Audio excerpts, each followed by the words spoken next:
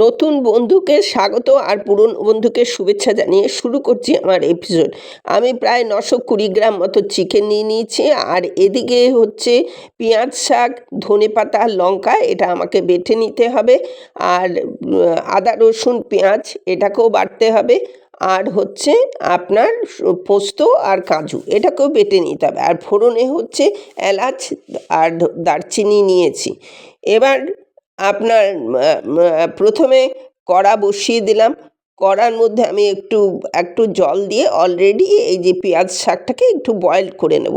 Boil করে আমি একটু বরফ দিয়ে জল রেখেছি, সেই জলের মধ্যে পেঁয়াজ শাকটা আমি দিয়ে দেবো।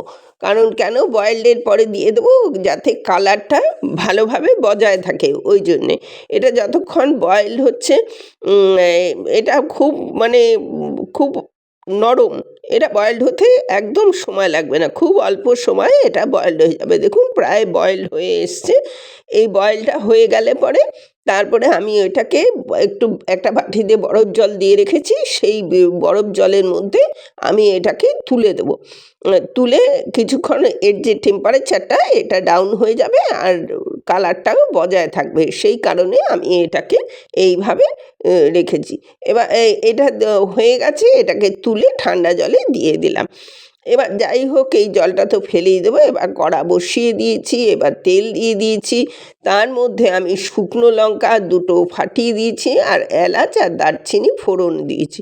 ফোড়নের একটা সুগন্ধ বেরোলেই পরে আমি চিকেন মাখার কোনো দরকার নেই। এটা চিকেনটাকে আমি তুলে দেবো, জাস্ট ধুয়ে আমি রেডি করে রেখেছি। এবার চিকেনটাকে তুলে দিয়ে চিকেনটা যতক্ষণে হবে, এটা ট্রান্সপারেন্ট হওয়া পর্যন্ত আমি অপেক্ষা করব। এটা একটুখানি ট্রান্সপারেন্ট হয়ে গেলে পরে মানে রঙটা, কালারটা চেঞ্জ হয়ে যাবে। তারপরে আমি এর মধ্যে একটু নুন দিয়ে দেবো। নুন দিয়ে এটাকে ভালো করে আবার কষতে থাকবো। এর মধ্যে ইন বিটুইন দ্য পিরিয়ড ওই যে সেই সমস্ত পেঁয়াজ আদা রসুন ওটা বেটে রাখছি, আর হচ্ছে পেঁয়াজ শাক আর ধনেপাতা লঙ্কা ওটাও বাটা হয়ে গেছে। আর এদিকে কাজু আর পোস্তটা বেটে নেব। সমস্ত মশলাগুলো আমি রেডি করে নিয়েছি। এবার আমার এটাও বাটা হয়ে গেছে পেঁয়াজ শাক, আর তার মধ্যে আমি ওই কাজু আর পোস্তটা আমি বেটে রাখছি।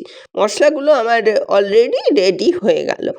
এবার সমস্ত মশলা এবার কোনটা কোন পর্যায়ে দিচ্ছি সেটা প্রথমে দেখুন। এবার আবার ফিরে এলাম রান্নায়।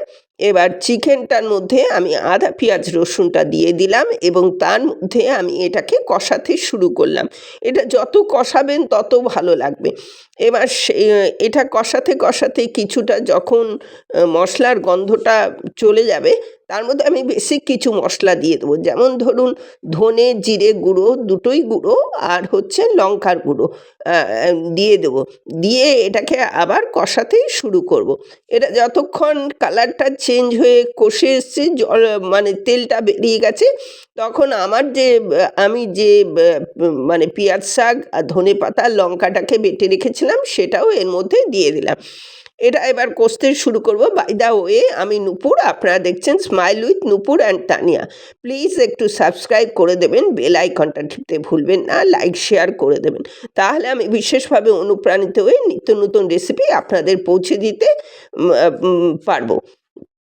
যাই হোক, এটা দেখুন অলরেডি কালার চেঞ্জ হয়েছে, আর গন্ধটা তো আমি শোকাতে পারছি না। সেটা যদি কোনো রকম কিছু সুবিধা থাকতো তাহলে নিশ্চয়ই গন্ধটা আপনাদের কাছে পাঠিয়ে দিতাম।